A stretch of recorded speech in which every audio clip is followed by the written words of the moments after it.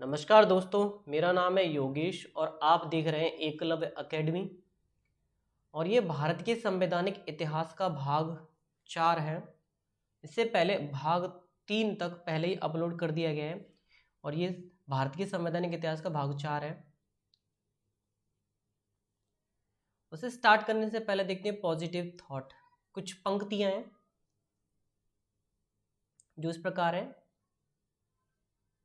कि लहरों से डरकर नौका पार नहीं होती, कोशिश करने वालों की कभी हार नहीं होती, असफलता एक चुनौती है स्वीकार करो, क्या कमी रह गई देखो और सुधार करो, जब तक ना सफल हो नींद चैन को त्यागो तुम, संघर्ष का मैदान छोड़ मत भागो तुम, कुछ किए बिना जय जयकार नहीं होती और कोशिश करने वालों की कभी हार नहीं होती, कोशिश करने वालों की कभी हार नहीं होती।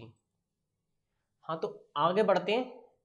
आगे उसके बाद आता है आपका साइमन कमीशन। साइमन कमीशन या साइमन आयोग।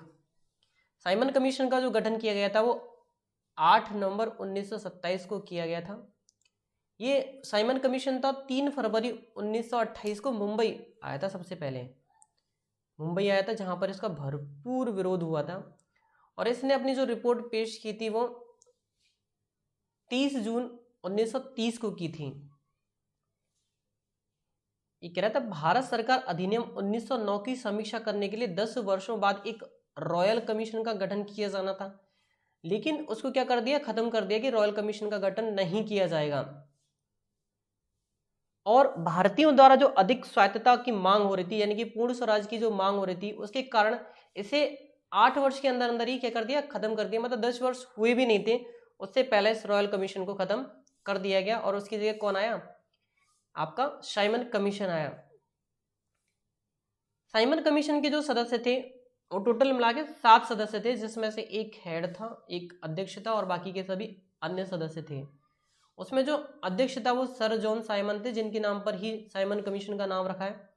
इसके अलावा Clement Richard Attlee, sir Edward Cellis George Cadogan, Horstrom और George Richard Lane Fox, Harry Levy Lawson, Donald Palmer Howard. तो ये जो नाम थे जो साइमन कमीशन के जो सदस्य थे। आगे बढ़ते हैं। साइमन कमीशन में साइमन कमीशन का बहिष्कार क्यों हुआ था कि इस आयोग के सभी सदस्य कैसे थे, अंग्रेज थे, इसीलिए इसे श्वेत आयोग भी कहा जाता है। सभी सदस्य कैसे थे इसके, अंग्रेज थे, इसमें कोई भी भारतीय को शामिल नहीं किया गया था, इसीलिए इसको विरोध किया गया था, इसका बहुत ज्यादा विरोध किया गया था।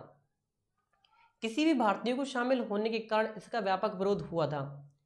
साइमन कमीशन ने अपनी रिपोर्ट 30 जून 1930 को दी थी और इसी साइमन कमीशन के आधार पर ब्रिटेन में 3 बार गोल मेज सम्मेलन भी करवाए गए थे।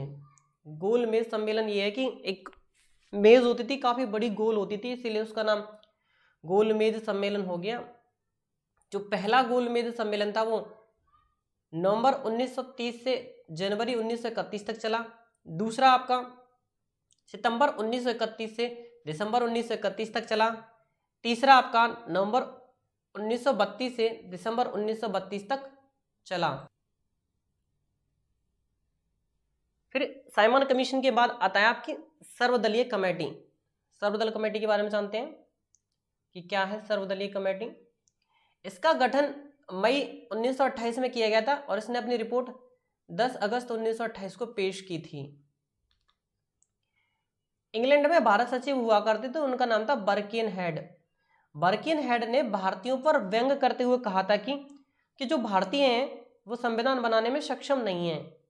तब सभी दलों ने इस चुनौती को स्वीकार किया और एक नई कमेटी का गठन किया और इसी कमेटी का नाम रखा था सर्वदलीय कमेटी। इस सर्वदलीय कमेटी में जो अध्यक्ष थे मोतीलाल नेहरू थे और उनके जो सेक्रेटरी सचिव थे वो जवाहरलाल नेहरू, उन्हीं के बेटे थे। अन्य सदस्य में बहुत सारे सदस्य थे, जिनमें से मैंने 2 इंपॉर्टेंट लिख लिए, तेज बहादुर सप्रू और सुभाष चंद्र बोस। ये उदारवाद के थे, उदारवाद और सुभाष चंद्र बोस आपके कांग्रेस, नेशनल कांग्रेस के थे। सर्वदलीय कमेटी ने जो संविधान का नमूना मतलब एक प्रिंट तैयार किया था जिसे नेहरू रिपोर्ट कहा जाता है, और इसी नेहरू रिपोर्ट को श्यामा प्रसाद मुखर्जी ने प्रथम भारतीय संविधान का स्वरूप या ब्लूप्रिंट कहा है। आगे बढ़ते हैं।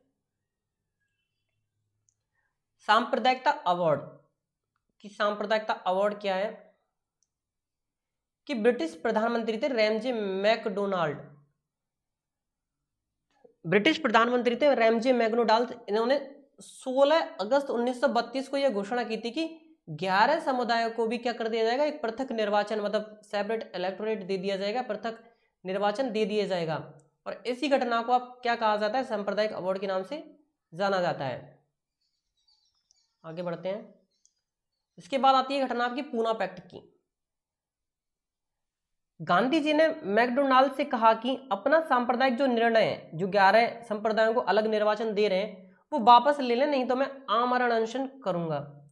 गांधी ने 20 सितंबर 1932 से अपना अनशन जो था वो शुरू कर दिया। फिर डॉक्टर राजेंद्र प्रसाद, सी राजगोपालाचारी और मदन मोहन मालवीय के प्रयासों से गांधी और भीमराव अम्बेडकर के मध्य समझौता हुआ, जिसे पूना पैक्ट के नाम से जाना जाता है। इसके बाद अगली वीडियो में आपका आएगा भारत सरकार अधिनियम 1935, जो काफी इंपॉर्टेंट है। अभी उसकी वीडियो अपलोड कर दी जाएगी। थैंक यू वीडियो देखने के लिए।